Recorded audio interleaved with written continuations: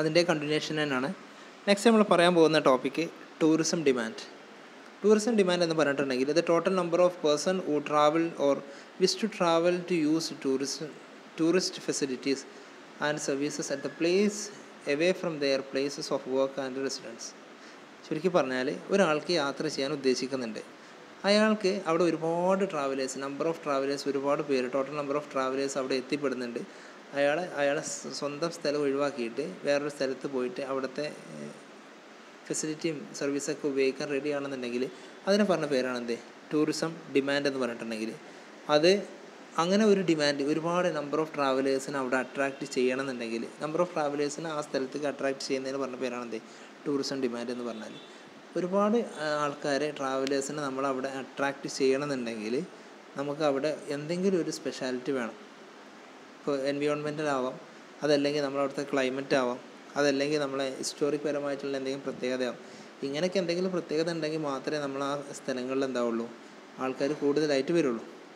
Okay, അപ്പോൾ ഇതാണ് എന്ത്, ടൂറിസം ഡിമാൻഡ് എന്ന് പറഞ്ഞാൽ. ഇനി നമ്മൾ കുറച്ച് ഡിമാൻഡിനെ പറ്റി കുറച്ചും കൂടി നമ്മൾ പറയും. അതിന് മുമ്പ് ഈ ടൂറിസത്തിൻ്റെ ഡിമാൻഡിനെ, ടൂറിസത്തിൽ നമ്മൾ പറഞ്ഞു ഒരുപാട് ആൾക്കാർ വന്നു കഴിഞ്ഞാൽ നമുക്ക് ഒരുപാട് ബെനിഫിറ്റ് ഉണ്ടാവും.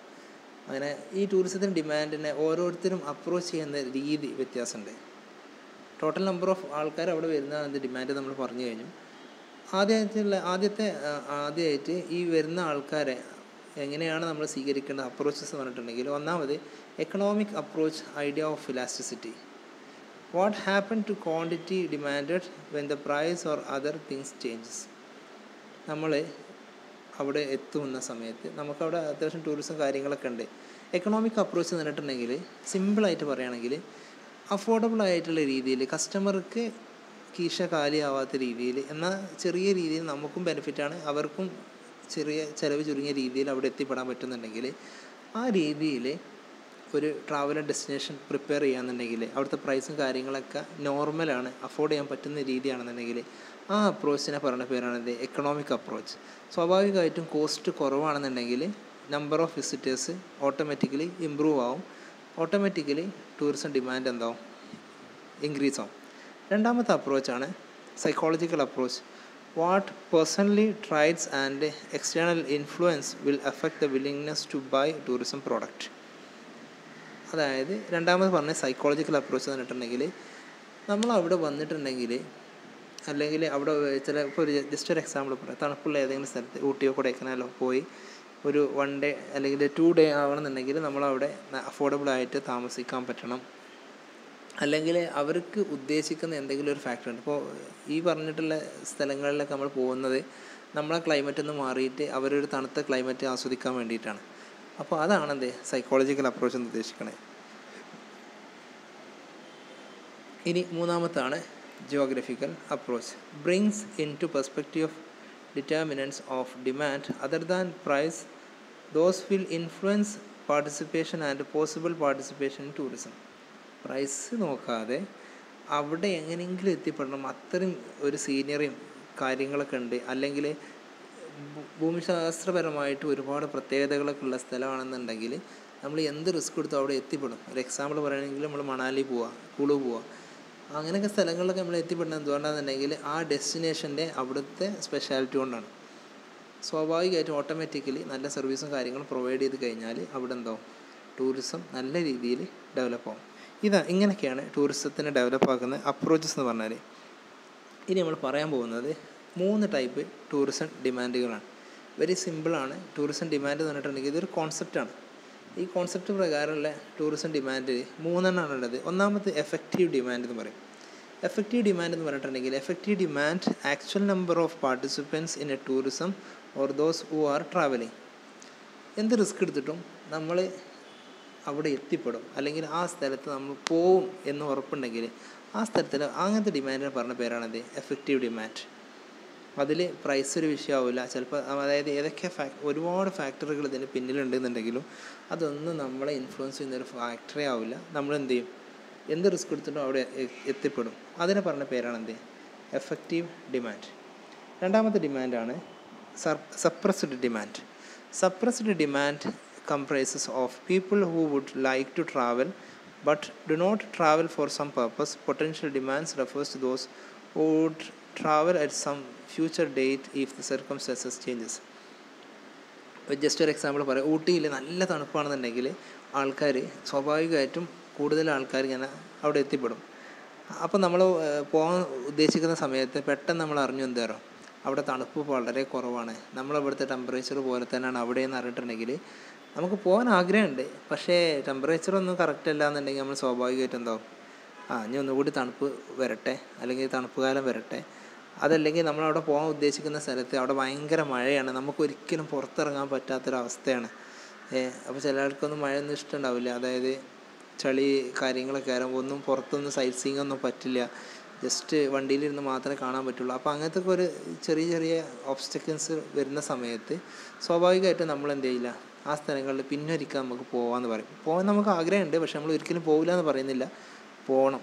അങ്ങനത്തെ ഡിമാൻഡിനെ പറഞ്ഞ പേരാണെന്ത്, സപ്രസ്ഡ് ഡിമാൻഡ്. ചില സ്ഥലങ്ങൾ നമുക്ക് അങ്ങനെയാണ്, എപ്പോഴും ഒരു ഓപ്ഷനിലേക്ക് കയറാം. ആദ്യം പറഞ്ഞ സ്ഥലം എന്താണെന്നുണ്ടെങ്കിൽ ഭയങ്കര ഇഷ്ടമാണ്, അവിടെ എന്ത് വില കൊടുത്ത് നമ്മൾ പോകും. രണ്ടാമത് നമ്മൾ പറഞ്ഞത് എന്താണെന്നുണ്ടെങ്കിൽ അവിടെ സപ്രസ്ഡ് ഡിമാൻഡാണ്, പോകാൻ ആഗ്രഹമുണ്ട്, നല്ല ചാൻസ് ആണെന്നുണ്ടെങ്കിൽ നമ്മൾ പോകും, അല്ലെങ്കിൽ എന്ത് ചെയ്യും, പിന്നെ ഒരിക്കലാവാമെന്ന് പറയും.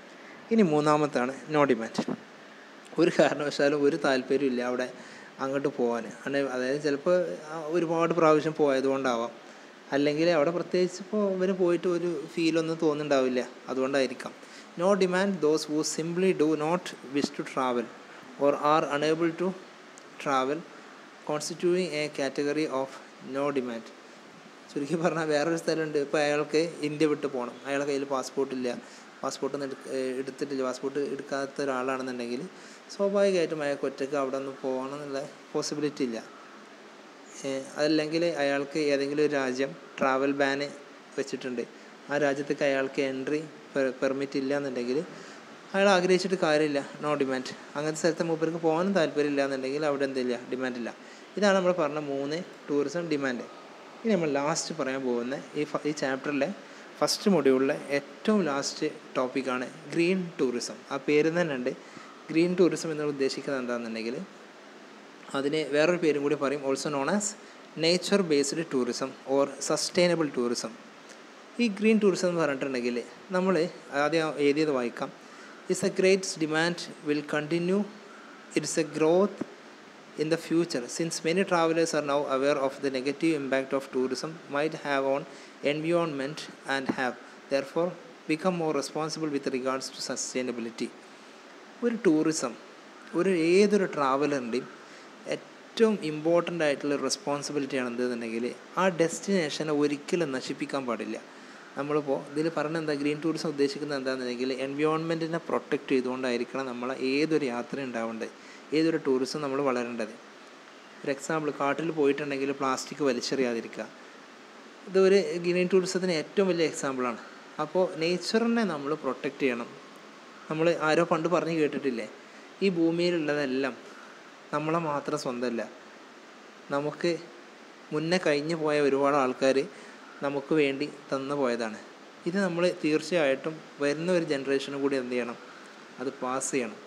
പിന്നെ ഇത് മുഴുവൻ മനുഷ്യന് മാത്രം സ്വന്തമല്ല, ഇതിൽ പ്രകൃതി ഉണ്ട്, ഒരുപാട് മൃഗങ്ങളുണ്ട്, പ്രകൃതിയിൽ തന്നെയുള്ള ഒരുപാട് ജീവികളും കാര്യങ്ങളൊക്കെ ഉണ്ട്.